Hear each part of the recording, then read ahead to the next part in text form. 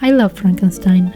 Ever since I first read it in elementary school, deeply related to both Victor and the creature's powerful angst, and watched Robert De Niro rip Helena Bonham Carter's heart out of her chest, I've loved Frankenstein. I love its beautiful prose, its interpretations of the nature versus nurture debate.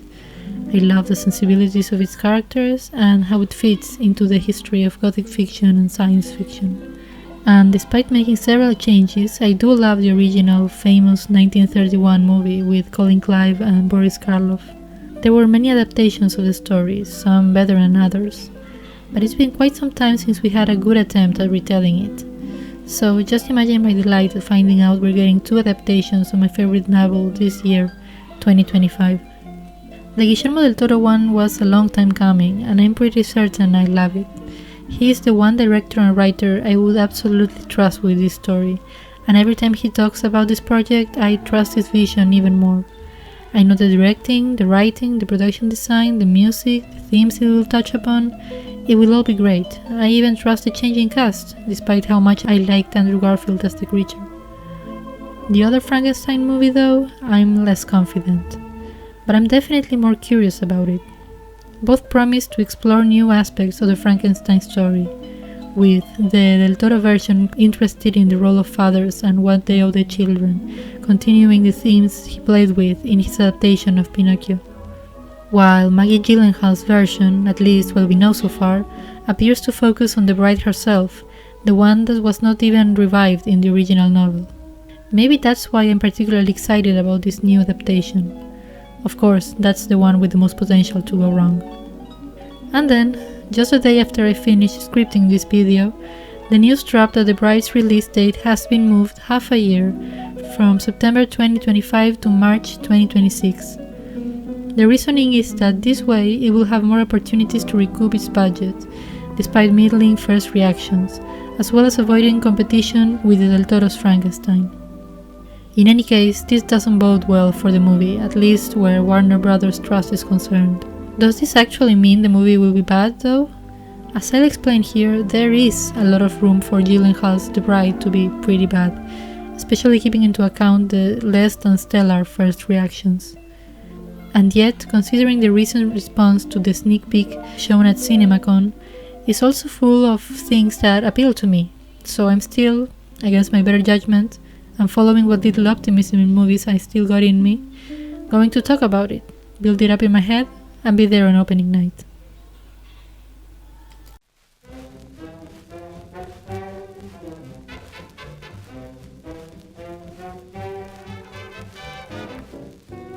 There's a lot of difficulty in writing a modern Bride of Frankenstein movie.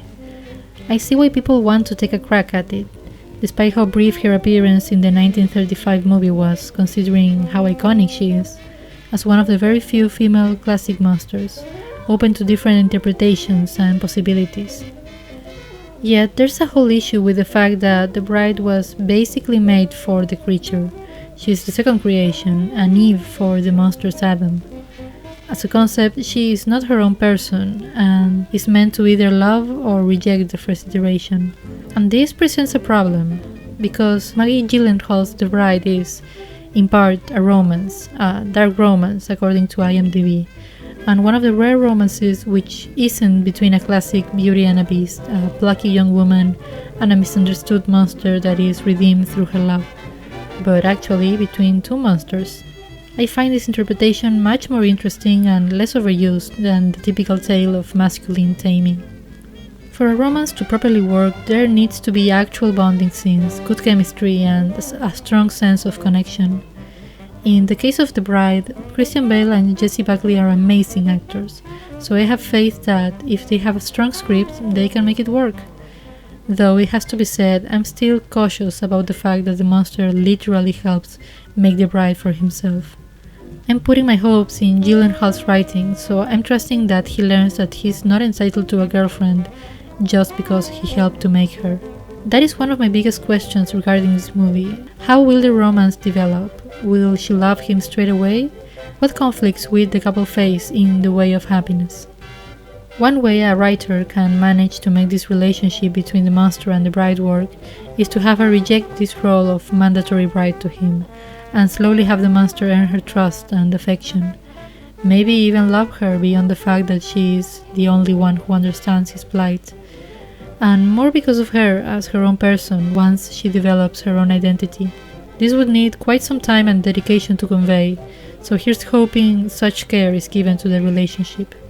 But now, speaking for myself, beyond having a movie that gives both the monster and the bride a wildly romantic, happy life together, I really want to see a Frankenstein movie that truly focuses on the bride gaining personhood, maturity, and defining herself after her death and resurrection. I think it was mostly well done in Poor Things, but including the figure of the monster, her predecessor, really complicates things. She ends up being a literal afterthought. And on top of that, to make it a true romance has its pitfalls, which I sincerely hope Gyllenhaal manages to avoid. Here we got the official synopsis. A lonely Frankenstein travels to 1930s Chicago to seek the aid of a Dr. Euphronius in creating a companion for himself. The two reinvigorate a murdered young woman and the bride is born. She is beyond what either of them intended, igniting a combustible romance, the attention of the police, and a wild and radical social movement. I don't really trust Hollywood to portray punk, as the actors and the director claim the movie being, or even depicting radical social movements. Regardless, what will this social movement entail? A more open acceptance of the monster and the bride among the general public? The use of resurrection through technology? Some sort of explosive manifestation of the people against the status quo that led to the economic crisis? I literally have no idea. Some of the references mentioned by actor John Magaro, who has an undisclosed role in the movie, are Rogers and Astaire musicals, Bonnie and Clyde, Badlands. Will the story of a couple lead them to be them against the world, or starting a movement that helps them mobilize the citizens of Chicago? And now, we no longer can avoid the comparisons to The Joker 2. Warner Brothers has produced both of them, and the sequel to Todd Phillips' reinterpretation of the famous Batman villain bombed so hard that it must likely make them nervous about this other musical movie about a criminal couple, already with difficulties to appeal to a wide audience. In the creative team, though, the only member present in both movies is the cinematographer Lawrence Sher, who, while essential in defining the look and mood of Joker and its sequel, doesn't seem to have a direct link to the writing of The Bride. So despite some aesthetic similarities, it's all up to Maggie Gyllenhaal and her script, to where she might take us with her second feature.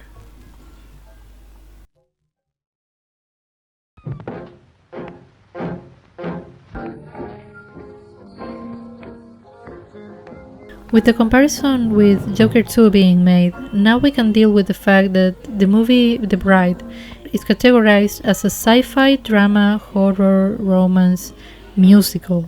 We got Jonny Greenwood, famous for the soundtracks for Paul Thomas Anderson's latest movies, as well as being a member of Radiohead, but still, this might be what makes or breaks the movie. Just like Joaquin Phoenix and, of course, Lady Gaga had experience singing, but were stupidly, in my opinion, told to sing flawed, I fear the same has been told to Buckley and Bale. Good musical performers know how to inject emotion and rawness in their voice without straining them or missing a note. Personally, I prefer that display of talent than hearing someone out of pitch for the sake of realism. Though The Bride is categorized as a musical, I doubt it will be a traditional musical. Will they have original songs? Will they sprinkle in one or two musical set pieces, like The Shape of Water? Will it use period-appropriate songs in a jukebox musical sort of way, like the Betty Boop movie? Will they be filler songs, or advance the plot? And how does the influence of Astaire and Rogers musicals work, when that is exactly the opposite of this supposedly punk flavor the movie will have? Musicals have become sort of the in thing to do in recent years, probably because of the attention they still get with the prestigious awards and with the excuse that it is a great showcase of the abilities of its actors. Problem is, most of the time, the people making these movie musicals don't really know how to arrange, or write, or stage musical numbers. This is my main concern with The Bride being a musical, because what matters the most is that it comes from a place of understanding and care towards the medium, and that it is cohesive with the story, the characters, and the overall style of the movie. And then that the songs actually sound good. I really hope the music, if not original 1930s songs like In Pennies from Heaven, will be at least partly inspired by 1930s music. Most of all, I want it to be inspired by 1930s jazz and music hall, and to really establish a sense of time and mood. I enjoy swing as much as the next person, but I would like for it to take inspiration beyond Benny Goodman and Count Basie, and into a darker, dirtier sound, something that works better with the idea of it being punk. Remember, it was the 1930s when jazz became assimilated in the eyes of the public at large, turning from the so-called devil music to something white people danced to at weddings. Besides, you don't have someone like Johnny Greenwood as your soundtrack composer to take the easy route and tread familiar ground.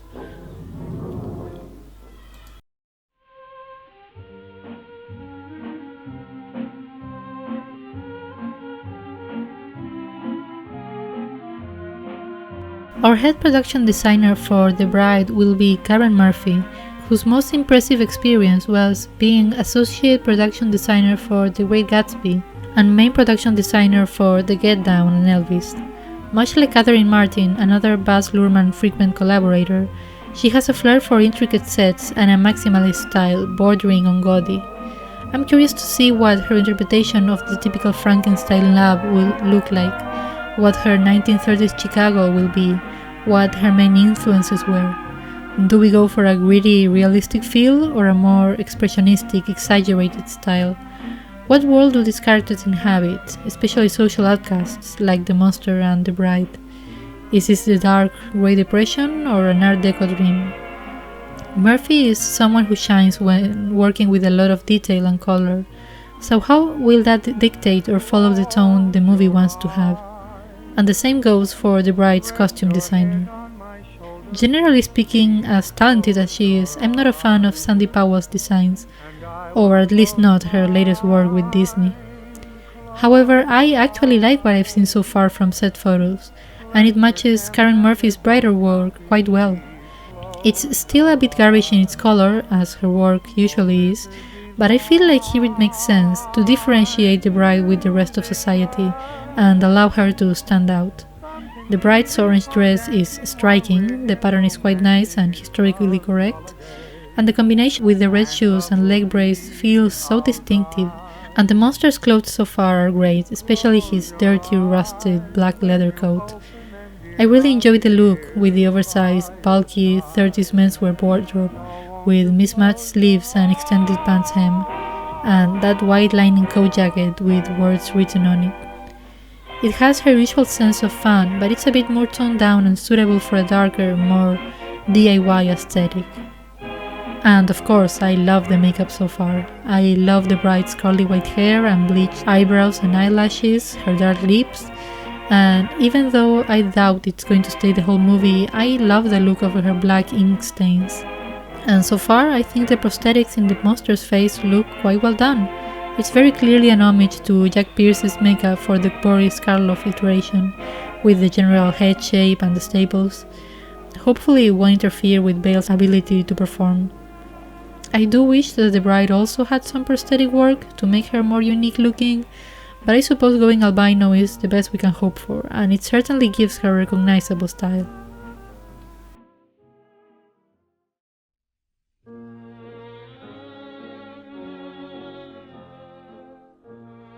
Saying that Maggie Gyllenhaal doesn't have sufficient experience to handle a project of this size is, in my humble opinion, absurd.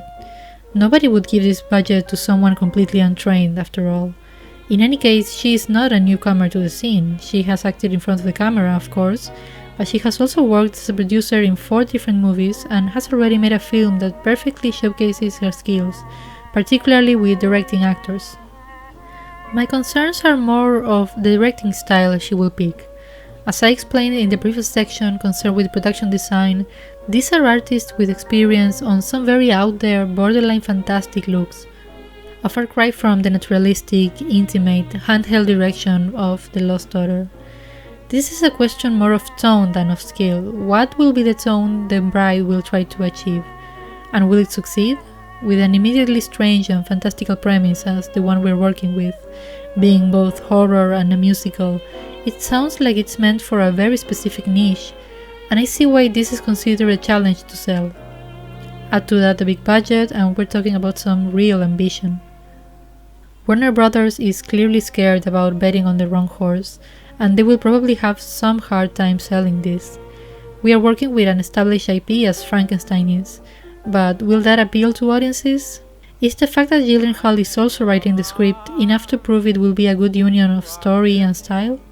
Using The Lost Daughter as reference, the script she wrote adapting Elena Ferrante's book does away with the cultural specifics of the original novel and focuses on the emotional and psychological struggles of the protagonist. With a budget this size and a production with this aesthetic, I am really curious to see how it will all coalesce into a coherent whole. Bringing the inspirations mentioned once again back into the conversation, though this will supposedly be a drama with horror elements, will this movie have some touches of levity and comedy? After all, we had John Frankenstein in that list of influences. If you're blue and you don't know where to go to, why don't you go where fashion sits? I hope there is a sense of humor in The Bride, a nice balance between the drama and moments of joy. And I also hope that Gyllenhaal's previous concern with actors and emotions means that we will get an introspective look into our characters, careful studies of their motivations and actions. I don't think this inevitably goes against a good spectacle. In fact, I think this is what big Hollywood spectacles need, actual characters we can care about. And if it's artsy, as the first reactions have called it, isn't that more interesting than another I, Frankenstein failure?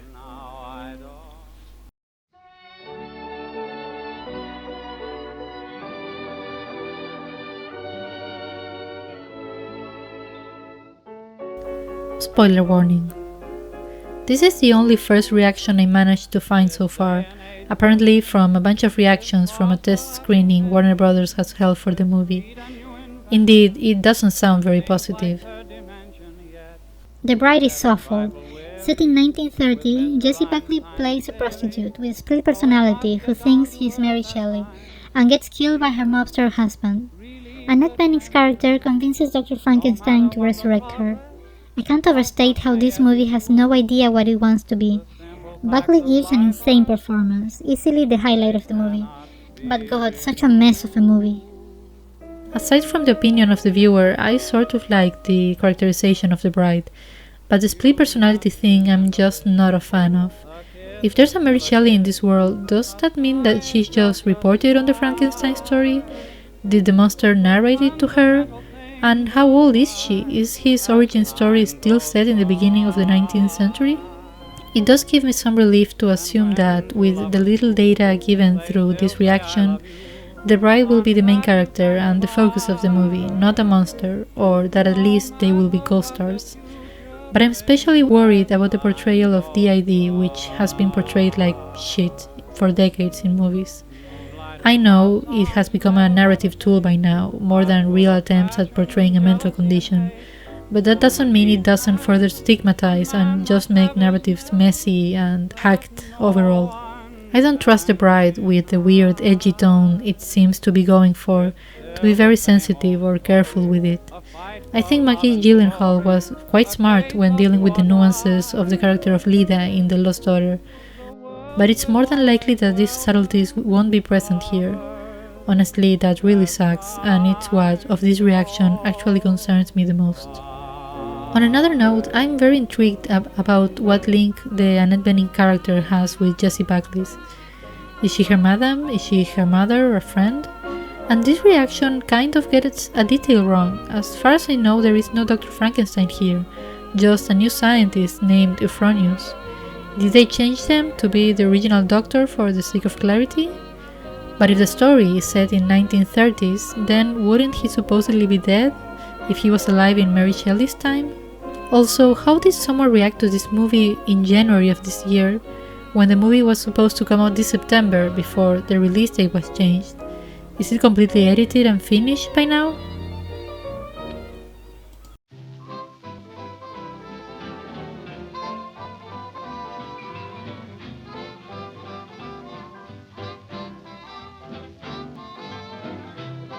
On Tuesday, the 3rd of April, at the CinemaCon in Las Vegas, Maggie Gyllenhaal and Jessie Buckley revealed a sneak peek of the material of The Bride. While this sort of teaser was not released to the public and was an exclusive for the audience at CinemaCon, we have reports of what it showed. According to a description of the sneak peek by Screen Rant, we see the bride as a human die by falling down the stairs, and she asks, "Was I the same before the accident?" But the monster says that it wasn't an accident and that they did it on purpose. We see Frankenstein monster revive the bride. This is followed by several shots, almost 1 to 2 per second, of brutal scenes with the monster and bride. One shows the monster killing someone in front of the bride by smashing him against the wall and then stepping on him. The trailer ends with the bride asking, "What's my name? I can't remember." The final shot is of her in black and white, seemingly just her head in a glass case, saying "monsters." And according to the wrap, the trailer is incredibly brutal, opening with a slow motion image of Buckley playing the bride in the accident that killed her, her limbs slowly snapping and her body splayed out on the ground. She is then brought back to life, all memory of her past lost, and black ooze pouring from her lips, much to the delight of the gruesomely stitched Frankenstein monster, played by Christian Bale. The trailer then shows the couple fighting to survive in a violent Chicago, with the monster willing to kill anyone who dares threaten them. The bride watches in shock as her horrific husband slams an attacker's skull into a wall until blood is pouring down the wall, and as he stands triumphant over the corpse, he hisses, "Till death do us part." And just to punch home how in your face this film will be, there's a tagline shown in bright orange letters. "Here comes the fucking bride." This is immediately extremely exciting and has been drumming up great interest among those who have seen it. It gives us a strong sense of the tone the movie might have, as being aggressive and visceral, a far cry from the quiet melancholy of The Lost Daughter. It has also been reported to be highly stylized, and several times already as punk. How a movie with an 80 to 100 million price tag can be truly punk is beyond me, but at least it shows that there is an intention to do something different. Some of the new comparisons made so far extend to Wild at Heart and Natural Born Killers, which presents a new perspective and the possibility of a greater degree of experimentation in the aesthetic the movie The Bride will have. Regarding the story, we know now that the bride herself has no memory of her previous life, that somehow the monster knows that her death was not an accident, that he plays a part in her reanimation, and that he is extremely violent. This follows his characterization from the book more than the one from the 1931 movie, just turned up to 11. I wonder how the bride's ultimate monstrousness and rebellion will manifest, especially since this is giving kidnapped amnesia developed Stockholm syndrome so far, which, could work. I am very eager to check out this teaser, so expect me to do a thorough dissection of it once it's released. Since the movie is still scheduled to be released in March of 2026 though, in the meantime the bride is potentially threatened to suffer some changes, either a new edit or even more expensive reshoots.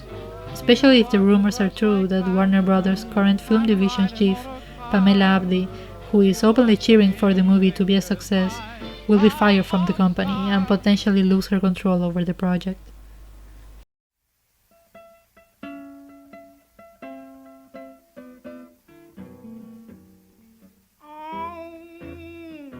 The most recent issues listed by the latest news regarding The Bride are budgetary concerns and the likeliness of it being a box office bomb. There's a lot to be said in regards to how Gyllenhaal might be overcriticized, because this is her second feature film with a budget of allegedly 16 times what her first movie cost. This was a project Warner Brothers bought from Netflix and were initially pretty confident about, all things considered. Even if it's inspired by a previous IP, I prefer weird, ambitious, unexpected stuff like this that are big risks, like how people are already reacting to Ryan Coogler's Sinners, than safe, boring remakes and sequels. Though I know that Warner Brothers will try to mess with it and make it more palatable for general audiences. There's a whole year to go before the release date, and this type of early reactions just encourage producers to mess with the movie even further, re-edit them to water them down and make them even more incoherent, and have these big gaps in the story, worsening them to become what they think the public wants. There are exceptions and instances where producer meddling actually improved and streamlined a movie, but those are very few and far between. With a new release date already set, bad first reactions and rumors of reshoots, and a whole year before it is set to come out, my concerns are that all these factors lead to problems when making sure it gets distributed, that Warner Brothers chickens out, that the movie goes through extensive cuts, and they pray the movie won't be shelved altogether, like Warner Brothers is known to do by now.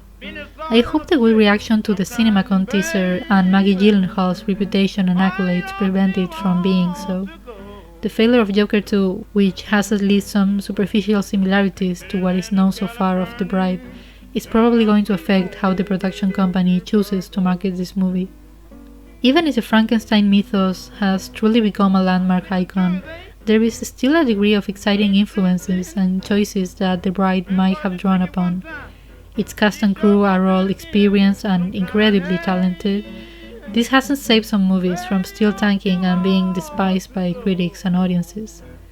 But whether or not The Bride measures up to my expectations a year from now, whether it is really a mess, I'm confident it will be a very interesting movie regardless. Thanks for watching.